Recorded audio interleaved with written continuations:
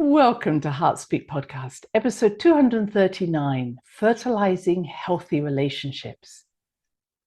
Well, hello there, wherever you are in the world. It's good to be back with you, and I hope you enjoyed that solar eclipse and all the energy it brought. It was quite intense. And guess what? We have a lunar eclipse on May the 5th, or it's 2 weeks apart. And this lunar eclipse is in Scorpio, so it's going to bring up very deep, intense emotions, and we're going to see that increasing over these next few days. And other things are happening that I think we need to pay attention to before I go deeper into the subject for today. For instance, Mercury is now retrograde in Taurus, but it's close enough to Uranus in Taurus, and Uranus is about sudden happenings. Mercury is communication. So you may get some unusual or sudden communications happening. I know that's been happening in my world and I think around the world. Things suddenly breaking into action.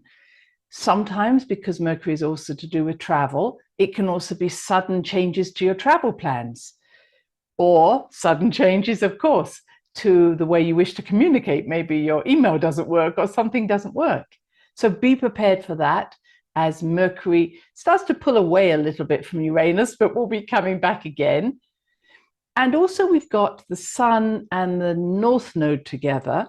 So North Node is about where we're going. North Node in Taurus is new ideas to do with finance, the body, food. And of course, we're seeing a lot of that out there. But with the Sun there, it's also shining a light on all these things. And I think it's shining a light on it, not only from a place of, wow, it's an exciting new venture, but also asking us, what do we want to do with our body, our finance, with our land, our nature kingdoms? And I think the discussions need to happen. Again, with Mercury there in Taurus, it gives us a chance to talk about these things rather than just allowing someone to plow ahead with their brainwave ideas that may not work further down the line. So that's really a large part of what's happening, and I will speak more about that next week. But for this week, we have a May Day, a May the 1st event coming up called Beltaine, and that is also looks like Beltaine, if you've heard of that. But Beltaine is coming up on May the 1st, and this is a Gaelic holiday or Gaelic celebration, and it exists between the solstice, the summer or winter solstice in the middle of June, and our equinox we had on March the 21st. So it's a middle date. And it's a very, I think, important date because in the Celtic or the Gaelic calendar, there were really only two separations. One was summer and one was winter. And some of you might feel that that's existing in the world that you live in, where you don't have many seasons.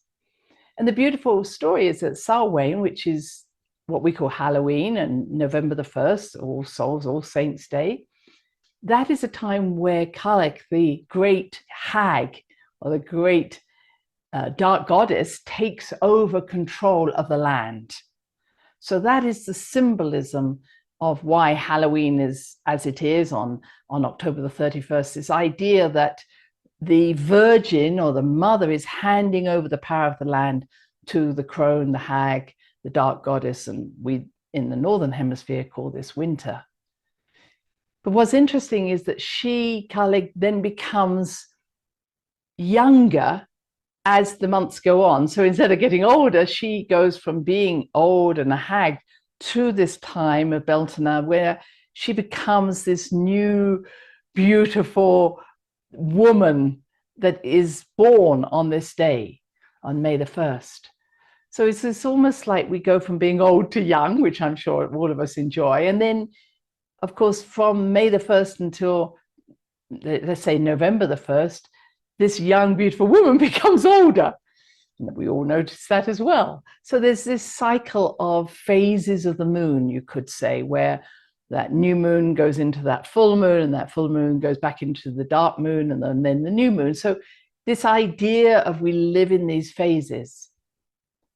And this time particularly is important. So if we saw that Imbolc, which was at February, around the February time, the beginning of February, we see that as a time of inspiration, new fire, fiery energy, then Beltaine is more about inviting the energy to come out of the earth and bringing with it the idea that these seeds that have been planted in the earth, or something that's been actually planted in the earth, is now going to be fertilized by the sun and brought to full fruition. So this is a time of fertility, which is really where I'm coming to. So this time is a great time of fertility, and bonfires will be lit, and there would be a lot of interest, a lot of passion rising up around this time, because it really was a time of like, well, if I may say, who am I going to sleep with? And in order to fertilize my dreams, fertilize my ideas. So you were very attractive in this time, and the earth is very attractive because this is you having the charisma and the seductiveness to attract into your life someone who will fertilize your dreams. Okay, so it has this kind of similar feel to what I say happens around the full moon, because between the new moon and the full moon, you're actually still developing those ideas. But for them to actually succeed, they need to be brought out into the world and fertilized by other people, which we might call social media or socializing. So do you understand the difference between the first idea is, and that's happening in a woman before ovulation, she's developing that egg, she's developing her ideas, she's developing her dreams. And then at ovulation, she is literally looking, she releases that egg into the world and she's saying, where is someone who wants my wonderful egg and who will fertilize it and bring it alive? And I think we forget sometimes that development stage. So Beltaine, this May the 1st air energy is about, here, I have developed myself, and now who's the lucky person who's going to fertilize it? So this is a good time for us to all look at our lives and say, what have I been developing? What needs now to come out into the world? And who is it that I'm looking for to fertilize those ideas? What is that healthy relationship? Or who's the lucky being that's going to come and fertilize my ideas? Now, if I just take one step back into the traditions of the Celtic traditions, the Gaelic traditions, I love the idea that when I'm in Ireland, I really get close to the idea that the earth herself is the sovereign queen. She is the earth goddess. So the queen of Ireland is actually Mother Earth, the earth. And it's called Eru. So that's where the name Air comes from, the name for Ireland. So the idea is that not as many, perhaps outside Ireland, might think is the earth is just this being that's going to receive the inspiration, the sperm. Instead, this is, hey, I am the queen. So who is lucky enough or noble enough or humble enough or powerful enough to actually fertilize me? And that's really what Beltaine is about. So if you want to go into the Facebook especially and look up Ushneck, beautiful place in the center of Ireland. It's seen to be, again, the center of Ireland, the place where we might say the axis mundi or the omphalos, the center of a place. It's there that Eru is said to be buried. And on that day, and that's why I suggest you go into Facebook and look it up, you will see that they have these amazing celebrations where people come and light fires, sing, dance, and they, on this wonderful hill, they literally have images of the dragon or other symbolisms, and they light them up at this as it gets dark. And the idea is not, hey, look at us, we can light a fire. As it was explained to me, what you're doing is lighting a beacon, lighting a bonfire, lighting anything to say, please, great mother, great dragon queen mother, great sovereign queen of the earth, will you come up and join us? And I just love that idea, that it's not saying, oh, I'm going to put something into you and you're going to come up. you're actually lighting a bonfire, lighting a fire to say, please, will you join us? And you're kind of saying, I know you like it down there in the inner world or the other world, but would you mind coming up here? This would be really nice. So I just love that idea of honoring her, honoring the dragon energy, honoring the creative force within Mother Earth, honoring the fact she knows everything that ever will be ever created on this earth. And you're saying, please, will you share your fire with us? Please, will you share your gifts with us? Okay. So once she's coming up, and this is the story that comes out of Ireland, that then she chooses who the next king would be. And this is in ancient times. But she says, I need you to be a partner that actually will honor and respect me and honor and respect the people. And if you do not live up to my expectations of you, you do not do as I ask, then I will destroy you. Well, maybe not destroy you, but I'll get rid of you. And there are lots of stories. And if you ever go to Dublin, you'll see this in some of the museums of people being thrown into bogs. And the worst thing you want to do is be thrown into a peat bog, because it's actually very impossible for your body to rot away, because it's so fertile, it just keeps your body alive. So the worst thing you ever wanted to do was be put in a peat bog. But the idea was that anybody chosen to be a leader, boy, do we need to hear this, needs to honor Mother Earth, the sovereign queen, within whatever country you're living in. And that if they do not do that, male or female, doesn't matter, then they will be discharged or dismissed. And wouldn't it be wonderful if we could work in that way? Now, in other cultures, they use the word grandmother figures. That's certainly true of the Native Americans, and the idea that the women were chosen to be representations of of the land, and saying, are you serving this land from a place of your ego, or are you serving it for fortuitous experiences for everybody, prosperity, fertility, abundance, which is really what this time is about. If I come up, if I bring my fire to you, if I bring my creativity to you, are you going to be worthy of it? If I allow you to fertilize me, are you worthy to actually be my partner? And I feel we've lost that. We've lost that sense of cooperation, coexistence, honoring, respect. And this is why I wanted to talk about this in the podcast, which again, I'm talking about this, but I'm wanting really to understand that this is how our personal relationships should also work out. So that whatever we're relating to needs to have that reciprocation. So whoever you're relating to, are they fertilizing your dreams? Obviously, that's important. Are they fertilizing you? Do they help you to grow? Do they make you feel good about yourself? Is it that type of relationship? Are you in a relationship, and it doesn't matter with an individual, in terms of a partnership, it might be with a friend or a member of your family or a parent or a child or a person at work. Are they worthy to fertilize you? Are they worthy of your attention? And if not, this is not someone you want to engage with. Just imagine if our relationships were bound up in that. I am here bringing my gifts. I have developed my gifts. Are you worthy to be in partnership with me? Because that's really what fertilization is.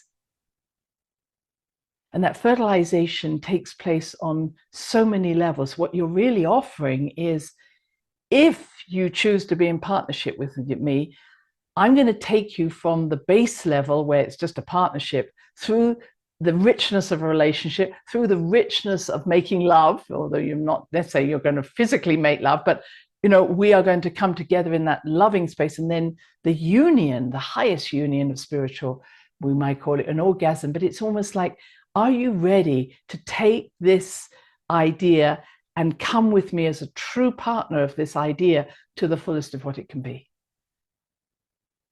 That makes sense? So I'm asking you to look at the vast array of relationships and saying, is this individual just meeting me on a base level, or are they respecting and honoring me that we can actually take or help each other to reach our fullness? I'll put it that way.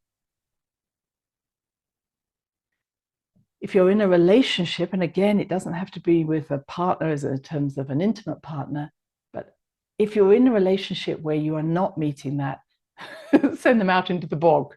No, it's time to say, no, enough. There is nothing that you're offering to me that is actually inspiring me to come out of the earth and to meet you. Make sense? You know, maybe they've even got their foot on your head. They won't even let you come out the earth. So where do you feel cramped by this person? Where do you feel put down? Are they allowing your fire to come out and be seen? Or are they just pushing you to back down in again? And then I'm going to say, where are you prostituting yourself? Where are you selling yourself short? Because I can tell you, everyone wouldn't do that.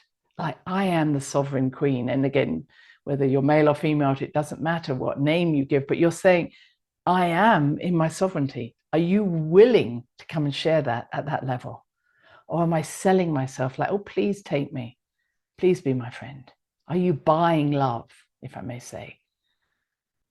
So what's going on in your relationships, and the level and the degree of respect in your relationships will come from you. It doesn't come from them.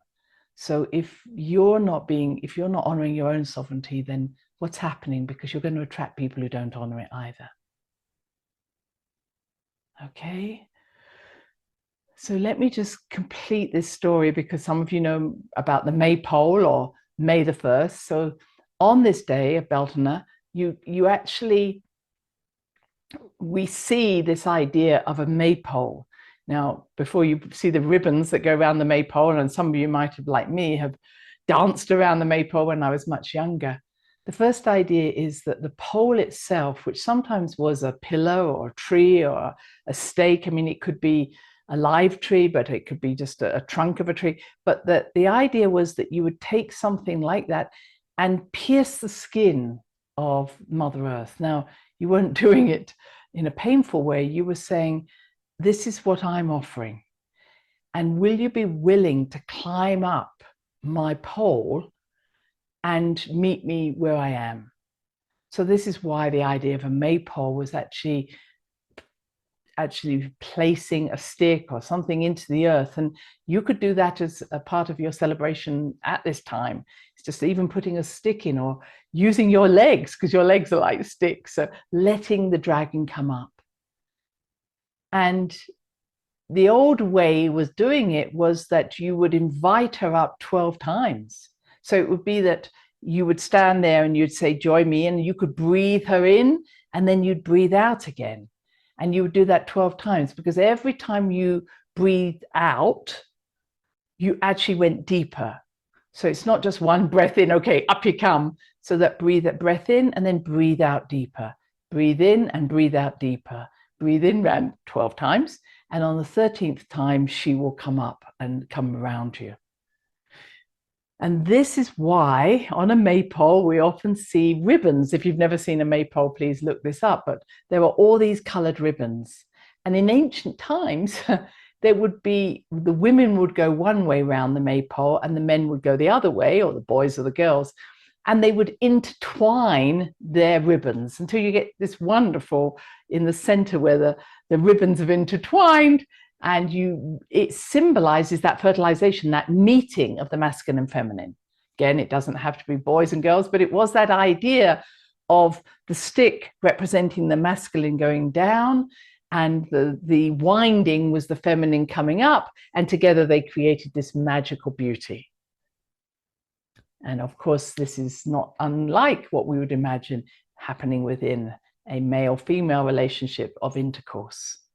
The stick and the stick you can imagine, and the womb you can imagine. They're both, this earth mother is the womb, and etc. The phallic symbol is the stick. So this idea of moving in and out was very symbolic of entering deeper and deeper into that relationship until there was this explosion of energy, which we might call an orgasm.